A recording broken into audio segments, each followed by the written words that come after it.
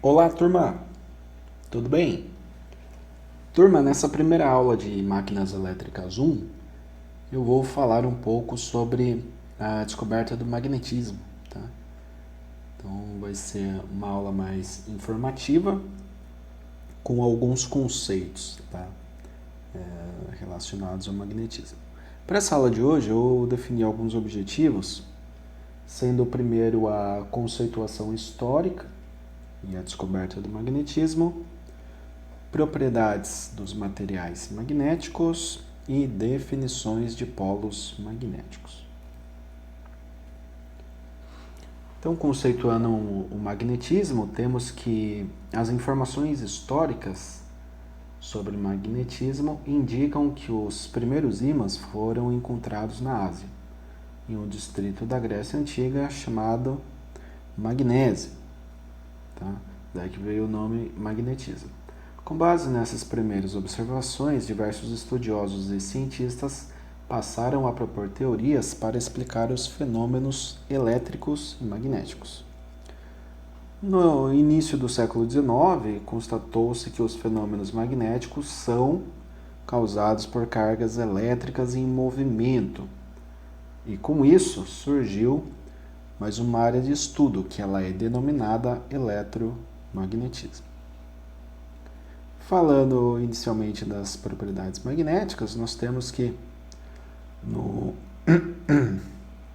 no século XIII, o monge francês Petrus Peregrinus, né, ele fez ali observações muito importantes a respeito dos fenômenos magnéticos. Ele observou que ao aproximar pregos de ferro, né, de material ferroso, de um ímã, eles são fortemente atraídos pelas extremidades do ímã. Né? Então aqui nós temos uma imagem, né, do ímã natural.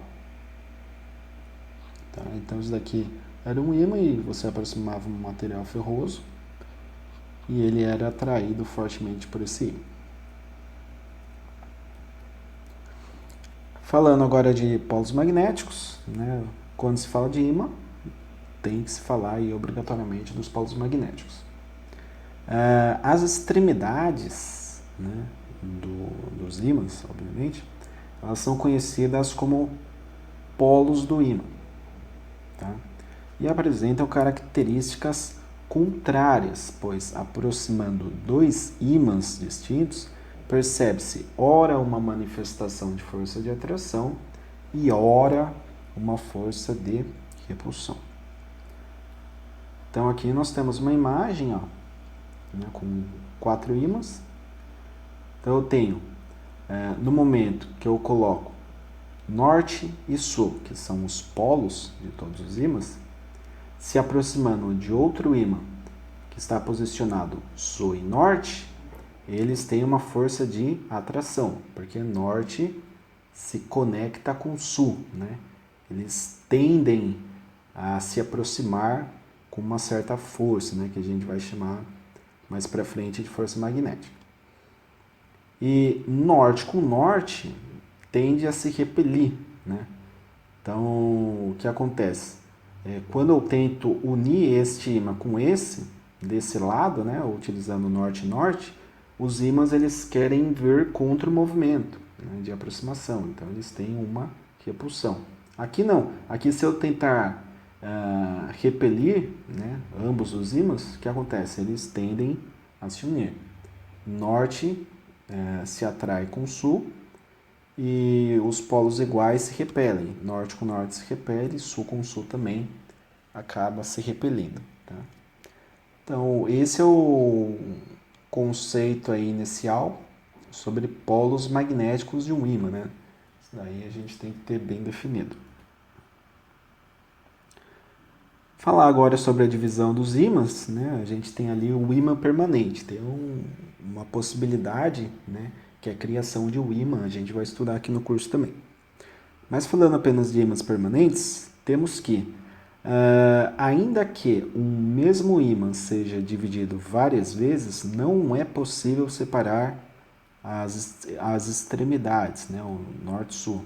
Então, por exemplo, eu tenho uma barra norte-sul e corto um pedacinho aqui, ó.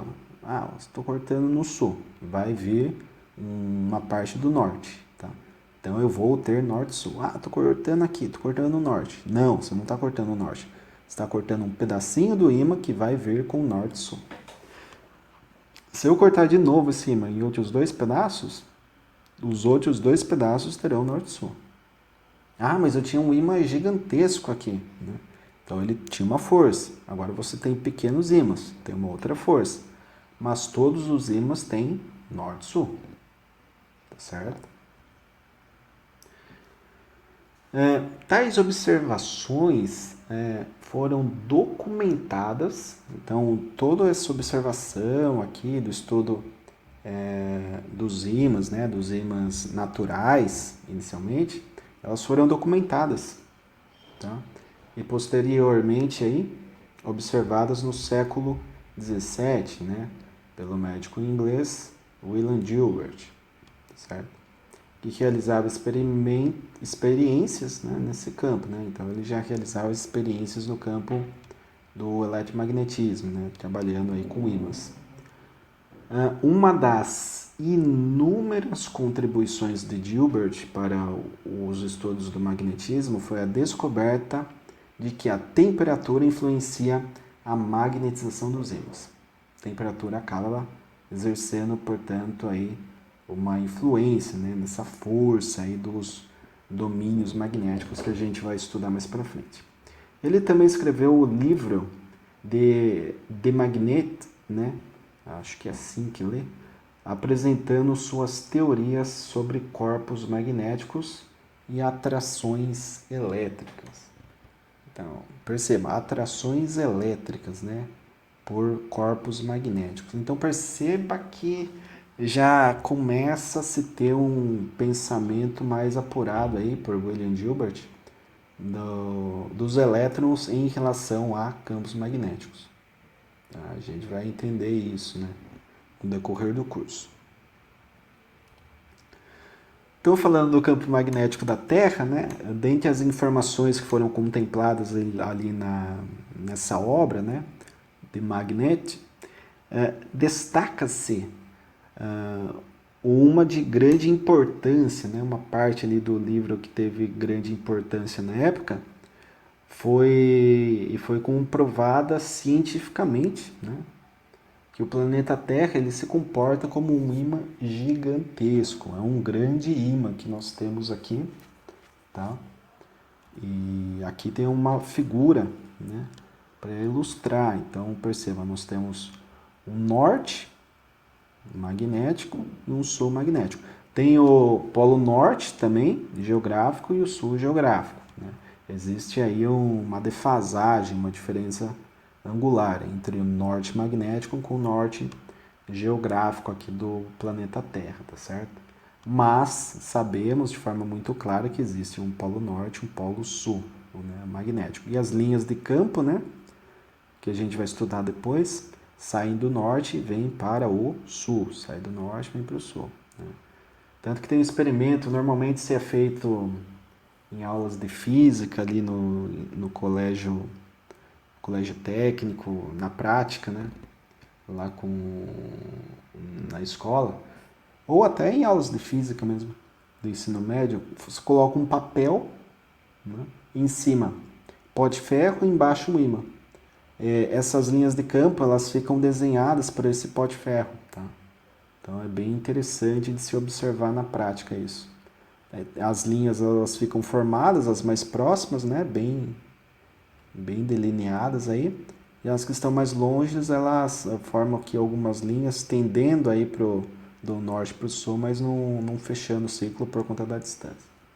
Então é interessante essa imagem prática, né, que a gente consegue observar aí das linhas de campo. Tal descoberta finalmente explicava um fato observado pelos chineses no século I a.C. Tá? Porque um ímã em forma de barra, que era suspenso, tá?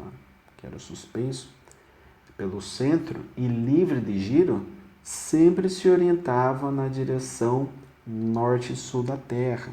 Tá?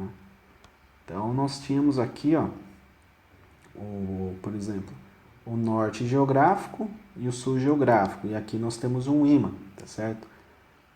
O que acontece é justamente isso. Esse ímã, esse vermelhinho e azul, é esse vermelhinho e azul aqui. Então, a Terra, ela se comportava como um grande ímã. Então, um grande ímã. E esse experimento no século I a.C. foi justamente o experimento de uma bússola, né? Então, você tinha ali uma barra, né, suspensa e livre de giro, conseguia se mover ali tranquilamente e ela movia para o polo norte, né, indicando onde era norte e onde era o sul geográfico aí do planeta. Né? Enfim, depois viram que existe ali uma certa defasagem, né? Não é exatamente o mesmo ponto, o norte e o sul geográfico com relação ao norte e sul do grande ímã que é a Terra, mas que existia sim uma razão direta, né, entre a orientação geográfica e a orientação por uma bússola, que era com base no campo magnético. Tá certo? E por fim, nós temos aí algumas conclusões, né, dessas propriedades dos ímãs. E elas são as seguintes. Levando em conta que a Terra é um grande ímã, ela atrai a extremidade que aponta para o norte. Tá? O mesmo acontece com a outra extremidade que aponta para o sul. Assim, convencionou-se chamar a extremidade do ímã que aponta para o norte, né, para o norte geográfico, no caso da Terra, de polo norte, e a outra de polo sul. Tá certo? Então aqui nós temos a imagem uma imagem que representa isso, né, de dois ímãs, norte-sul, norte-sul. E aqui as linhas, né, linhas de campo. Portanto, conclui-se que as propriedades magnéticas dos ímãs são as seguintes. Todos os ímãs possuem a capacidade de atrair o ferro. Então, isso é lei. Polos opostos se atraem, polos iguais se repelem. Outra lei aí do magnetismo. Os polos de um ímã são inseparáveis, não importa o tamanho que você reparta ali a barra, né? Sempre vai ter um norte-sul. E nós temos também a influência da temperatura, né? Essas altas temperaturas que os ímãs podem estar submetidos podem anular o magnetismo. Tá? Então, se eu tenho uma temperatura muito elevada e eu tenho um ímã dentro desse ambiente, as propriedades magnéticas ali de atração, repulsão, polo norte e polo sul, elas podem ser anuladas, dependendo ali da temperatura, né?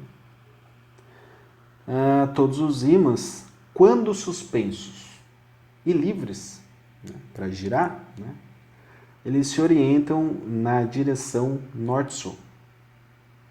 Tá certo? Então, eles indicam aí o norte-sul geográfico. Beleza, turma? Então, a aula de hoje era isso. Eu espero que tenha sido uma aula interessante, né? Conceitos históricos, né? Uma parte mais básica aí do magnetismo, mas que, embora pareça elementar, é necessário passar para que possamos compreender depois